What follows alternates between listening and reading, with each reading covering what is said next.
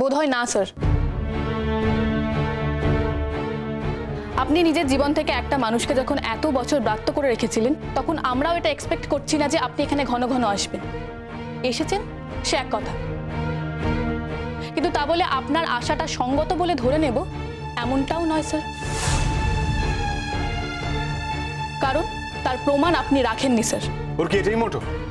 যখন যেখানে দেখবে, যে পরিস্থিতি দেখবে, আমাকে অপমান করবে? আপনি হয়তো ভুলে যাচ্ছেন, আপনারও এটাই মোটো, যে কোনো পরিস্থিতিতে আমাকে অপমান করা, অসম্মান করা। হয়তো এটাই আপনার ধর্ম। আপনি আপনার ধর্ম নিয়ে থাকুন না, কিন্তু একটা কথা মনে রাখবেন, সবাই আপনার এই ধর্ম মেনে নেবে না। কেউ কেউ আপনার এই ধর্মবোধকে আঘাত করতে পারে, যেমন আমি। আপনি আমাকে অপমান করলে আমি তার 10 গুণ অপমান আপনাকে ফেরত দিতে পারি। কি হয়েছে কি মোহর? কেন তুমি শঙ্কর সাথে এভাবে কথা বলছো? আফটার অল শঙ্কর তো তোমার টিচার। কালকে তুমি পরীক্ষা দিতে যাচ্ছ, সমস্ত টিচারের আশীর্বাদ নিয়েই তো তুমি পরীক্ষায় বসতে পারবে। উনি আমাকে আশীর্বাদ দেবেন না স্যার, আশীর্বাদের বদলে আমাকে অভিশাপ দেবেন, আর সেটা আমার থেকে ভালো কেউ জানে না। উনি জানি না যে আমি ভালো করে পরীক্ষা দিই। হয়তো একসময় চাইতেন, কিন্তু এখন আর চান না। না না না না মোহর, খুব আশ্চর্য। তুমি সবসময় যা বলবে সেটাই ঠিক, আর বাকি সবাই ভুল তা কিন্তু হতে পারে না। যে তুমি এত ভালো রেজাল্ট করো তার জন্য কিন্তু সংঘ কম চেষ্টা করে না। হ্যাঁ ম্যাম, একদিন করেছিলেন। ভালো রেজাল্ট করলে কলেজেরই নাম হতো, কিন্তু আপাতত উনি স্টুডেন্টের কাছ থেকে ভালো রেজাল্ট চান না।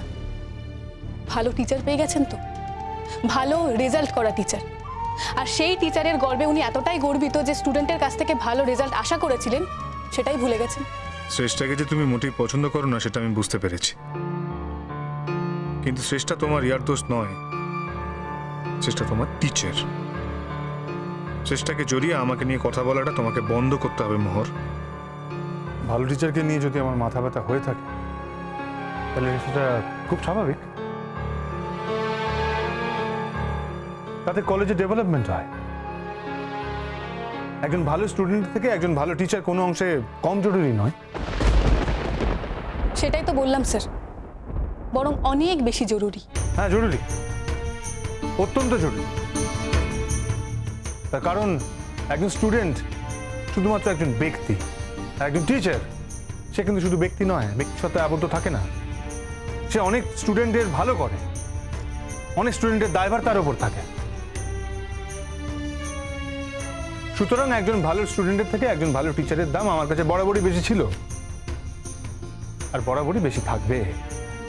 জানি তো স্যার, এই কথাটা এত জোর দিয়ে বলার কিছু নেই। আমিও তো একই কথা বললাম। আর না না, এখন এসব কথা থাক, ছাড়ো।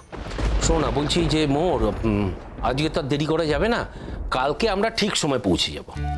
তোমার স্বভাব তো জানি, তুমি পরীক্ষা দিতে যাওয়ার আগে কিছুই খাবে না। আমি খাবার নিয়ে যাব তোমার জন্য, যাতে শরীরটা ভালো থাকে, শরীর ঠান্ডা থাকে, ঠান্ডা ঠান্ডা খাবার আমি নিয়ে যাব। কিন্তু ম্যাম, এত ডাব ডাব কিসের জন্য আনানো হয়েছে?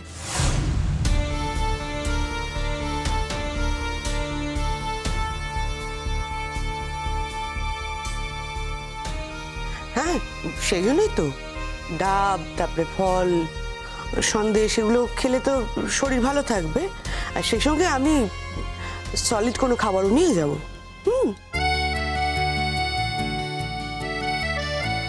ম্যাম, এত ডাব কে খাবে? আমার কতদিন ধরে পরীক্ষা চলবে? আমি ফ্লাস্কে করে ডাবের জল রেডি করে নিয়ে যাব। তুমি বারবার ডাবের জল খাবে, ডাব খেলে শরীর ঠান্ডা থাকে, কোনো ক্ষতি হয় না। স্যার, আপনারা পারেনও, সত্যি। আপনারা যে পরীক্ষার হলে গিয়ে দাঁড়াবেন সেটাই আমার কাছে অনেক বড় পুরস্কার। তাতে আমার পরীক্ষা অনেক ভালো হবে, যা ভালো হতো তার থেকে আরো আরো ভালো হবে। তোমার ম্যাম চলে এসেছেন তোমার পরীক্ষার জন্য, তোমার পরীক্ষার সেন্টারে না গিয়ে উনি থাকবেন? উনি তো দেখা করবেনই তোমার সঙ্গে, আমি নিয়ে যাব তোমার ম্যামকে তোমার সঙ্গে দেখা করবার জন্য, ঠিক আছে? কিছুক্ষণ পরে তো সন্ধে হয়ে যাবে গো, ফিরবে কি করে একা একা? ম্যাম আমি বাসে ফিরে যাব। হ্যাঁ বাবা আমি আসছি। শোনো না, বলছিলাম অয়তি যে আমাকে তো এখনই বেরোতে হবে, তাহলে শঙ্খ কি ওকে মানে না স্যার, আমি ওনার সাথে ফিরতে পারবো না। That's your choice. আমার একটা চয়েস আছে, আমি ওকে আমার গাড়িতে তুলবই না। এরকম একটা মেয়েকে আমার গাড়িতে তুলতে লজ্জা বোধ হয় বাবা, এটা তোমাদের জানা উচিত। এই কারণে জানা উচিত যে ভবিষ্যতে যাতে তোমরা কোনোদিনও না বলতে পারো এই মেয়েটিকে আমার গাড়িতে লিফট দেওয়ার জন্য। ওনারা বললে যে আমি আপনার গাড়িতে দুম করে উঠে পড়বো, এমনটাও নয় স্যার। আপনি যেমন আমাকে পছন্দ করেন না, আমিও কিন্তু আপনাকে পছন্দ করি না স্যার। সুতরাং চয়েসটা শুধু আপনার নয়, আমারও। আমি আপনার গাড়িতে কোনো দিনও উঠবো না, আপনি নিজের থেকে বললেও না। নিজে থেকে বলার প্রশ্নটাই তো হচ্ছে না। বলেননি এমন তো নয়। হ্যাঁ, সেটা আমার সিচুয়েশন ছিল, আমার ভদ্রতা, আমার সভ্যতা, আমার দায়বদ্ধতা, সেটা আমাকে বলিয়েছিল। স্টিল নাও তার জন্য এখন আমি রিপেন্ট করি, আই রিপেন্ট মাইসেলফ।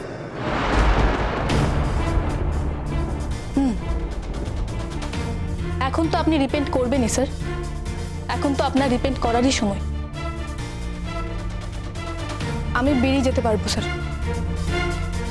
না না, একা তোমাকে ছাড়বো না। আচ্ছা ঠিক আছে, আমি নিজে তোমাকে পৌঁছে দেবো। সব স্টুডেন্টের সাথে একই রকম ব্যবহার চলে, তাই না? প্রত্যেকটা স্টুডেন্ট আর মোহর আমার কাছে কিন্তু এক নয়, তুমি জানো সেটা। এখন হ্যাঁ, মোহরও তোমার গাড়িতে না উঠতে পারে, তুমি ওকে না নিয়ে যেতে পারো, সেটা কমপ্লিটলি তোমাদের ব্যাপার। তার মানে তো এই নয় যে ওকে আমরা পৌঁছে দেবো না। তাছাড়া পরীক্ষা মেয়েটার, এখন বাসে ট্রামে করে যাক আমি ঠিক চাইছি না। তোমার বাবা যদি নাও পারেন, আমি যাব। তুমি যাচ্ছ তো? হ্যাঁ যাবো তো। চলো আমি তোমার সাথে যাই।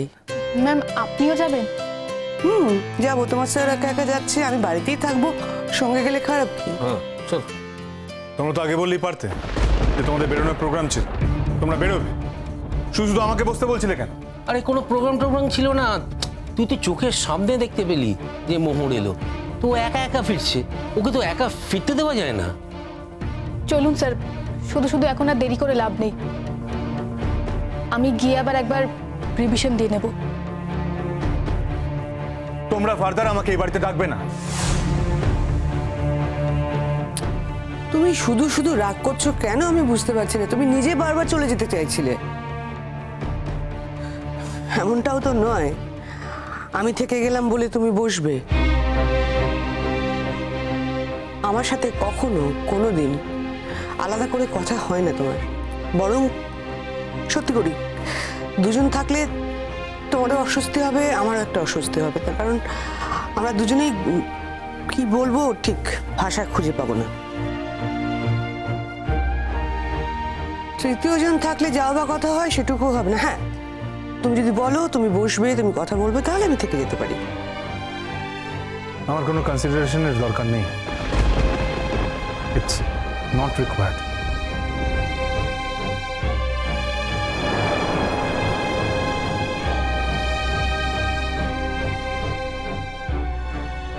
দেখলে তো ছেলেটা কিরম রাগ করলো। উনি আর কি পারেন, কি পারেন বলুন? শুধু রাগ দেখাতেই পারে। অবশ্য উনি আর আপনাদের ভাবতে হবে না, এখন তো ওনার রাগ ভাঙানোর লোক চলে এসেছে। আপনাদের আর চিন্তা না করলেও চলবে স্যার। হিংসুটের গাছ শ্রেষ্ঠাকে সহ্যই করতে পারছে না। আরে বাবা, শ্রেষ্ঠা এই কলেজে পড়াতে এসছে, ভাবছি বোধহয় শ্রেষ্ঠার সঙ্গে আমার কোনো ব্যক্তিগত সম্পর্ক রয়েছে। আচ্ছা, আমার সঙ্গে যদি শ্রেষ্ঠার ব্যক্তিগত সম্পর্ক হয় তাহলে তোমার কি মহারানী? হ্যাঁ, তুমি তো আর আমাকে ভালোবাসো না। আশ্চর্য যত সব। নিজেও আমার জীবনে আসবে না, আর কাউকে কাউকে আসতেও দেবে না। আচ্ছা হিংসুটে মেয়ে তো। আপনি ওদের গালে দুটো চর কষিয়ে কেন ওদের অসম্মানের এই জবাব দিচ্ছেন না স্যার? বাবা এখানে সব ঝামেলা হচ্ছে কেন? তোমরাই তো সব। বাবা ওরা যা বলেছে ঠিকই তো বলেছে।